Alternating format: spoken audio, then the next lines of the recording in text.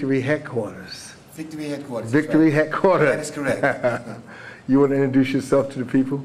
Yes, my name is Imam Aqeel Mateen of United Muslim Inc. and Masjid Al-Shifa in Newark, New Jersey. All right.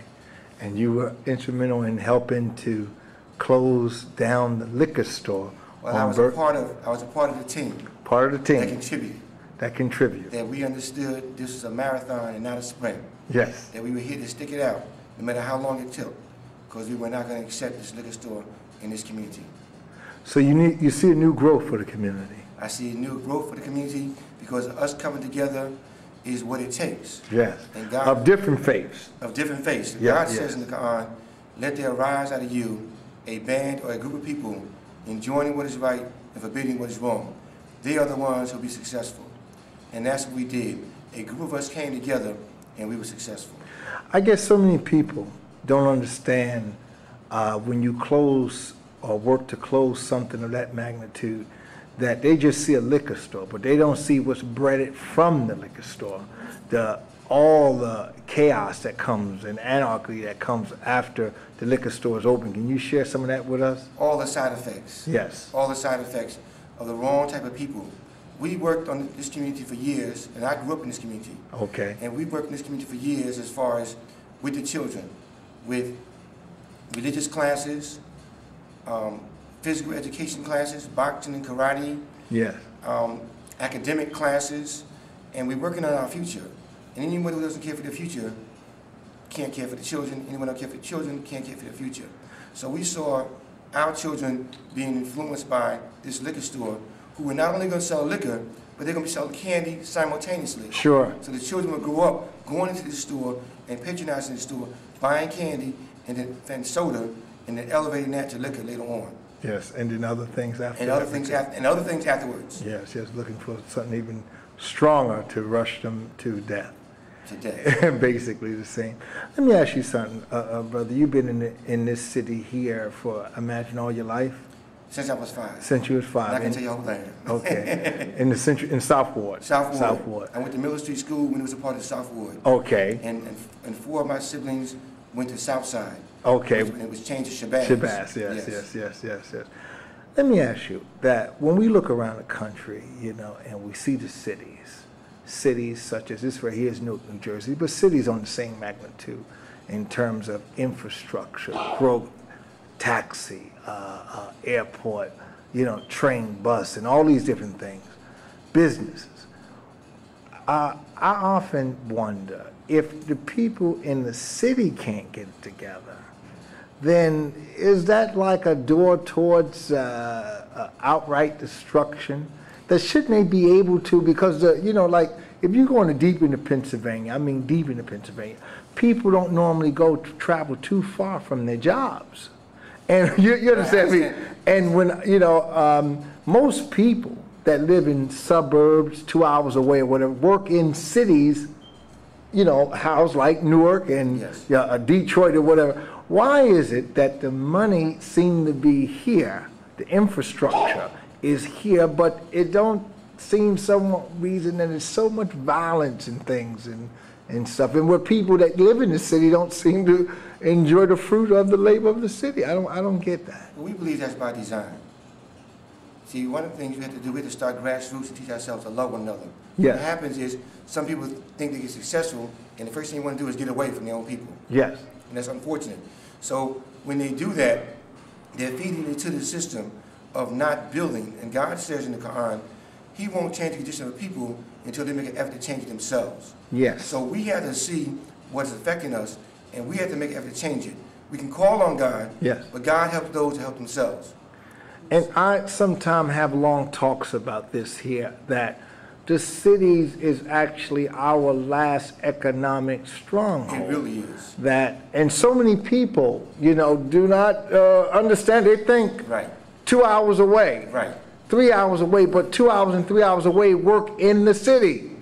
Yes. In other words, yes, it's like if I was a squirrel, right, and I got nuts from, let's say, Morton Street. You can bring them all the way to Johnson Avenue. Right, I would bring them over. You understand me? So without Morton Street, then Johnson Avenue, my friends could not be fed. But people don't seem to understand that. Understand that. Is that by design? It's by design because there are two things going on. Go ahead. One is the Board of Education, and I'm indicting not the teachers, but the system. Okay. The system doesn't teach economics.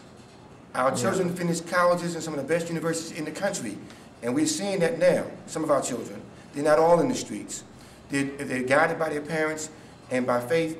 They're teaching, they're going to the best university in the country, but they come out begging for jobs. Yes. They're not being taught how to go into business and run a business for themselves. Yes. They come up with a resume instead of a business plan. Yes. So that's a part of the economic and a lot of self-hate I'm noticing too, because you know when they often talk about us black folk and minorities going to school, I used to be a champion for it, but I've met so many of them that went. So I don't know. I said, well, you know what? You might have been better off, you know what I mean, just working at Jim Blow's factory, because you come out with a lot of miseducation. Miseducation. See, that we call it, Carter G. Woodson wrote the book, The Miseducation of the Negro. Yes. That is a factor transpiring today, and Dr. Naeem Akbar rewrote the book, Miseducation of the Negro.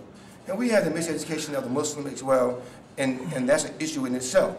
So what's transpiring is they're not being taught their history. Yeah. And if you don't know where you came from, you don't know where you're going. Well, let me ask you. Planning for you. Let me ask you this right here. I mean, the journey has been long. It's been a long journey.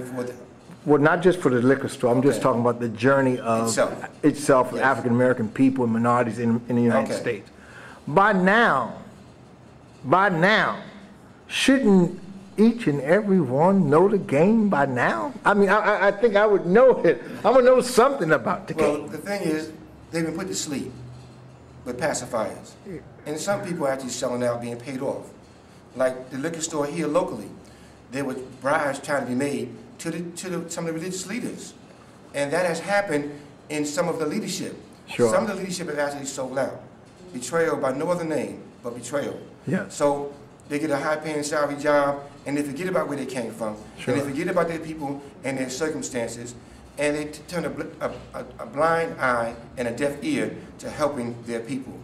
And that's in politics, that's in business, and we want to be all-inclusive, sure, but we're being excluded at the same time. What can we do? If you look at the three prominent holy books, you look at the Torah with Moses, the Gospel with Jesus, and the Quran with the Holy Prophet, peace be upon him, that these books was written where the common man could get an understanding. Absolutely. Okay. So now, how do we get, what book or what can we write to get the common man, mainly the minority, to understand the game? Because see, his foolishness now, and his foolishness is going to hurt him in 30 years. You understand? It's hurting him now. Going to need a passport to get back in. His foolishness is hurting him now. Yes. Right? We have to look at these scriptures and apply them to our lives, and not so much look at them as they were yesteryear. Sure. That's a part of the factor. When we look at the Bible and look at the Quran, I don't think about an Arab in the desert. Sure. I think about me in Newark. Yes. And this is a desert. Yes. But also Mecca was a place of commerce. Yes. Mecca was a place of prosperity. Yes. In the desert. Sure. There was an oasis in the desert. And that's what we can build here in Newark and in the cities. Because like you said but isn't it like a Zamzam well already in the cities with economics? Right, but however, the other people are taking it out the city and taking it to the rural areas, as you mentioned earlier. And we have to show the next generation coming behind us the opportunity here by training them early. Sure. Training them early. And we're doing that with our young people, teaching them mental, physical, and spiritual development. Yes. And that's why locally here in Newark, we didn't want that liquor store to undermine the physical, spiritual, and mental development of our children. Okay. We have to invest. So it was no harm, really, wasn't really a slight against the owner. Not against business, period. Business, but that type of business. That type of business don't need to be here. We're not anti-business. Right, right. We're anti that type of business. Yeah. And we're sorry that owner of the store could not sit down and come to a meeting maybe one day maybe one day, you know how this is, when truth is. And come to the realization that we're not accepting that type of business in this industry. Yes. No more. No more. And yes, we can do anything we want. Yes, we can. Yes, we can. Yes, we shall. Yes, we can. Yes, we did. Okay, keep hope alive. All right. Good night. Good night.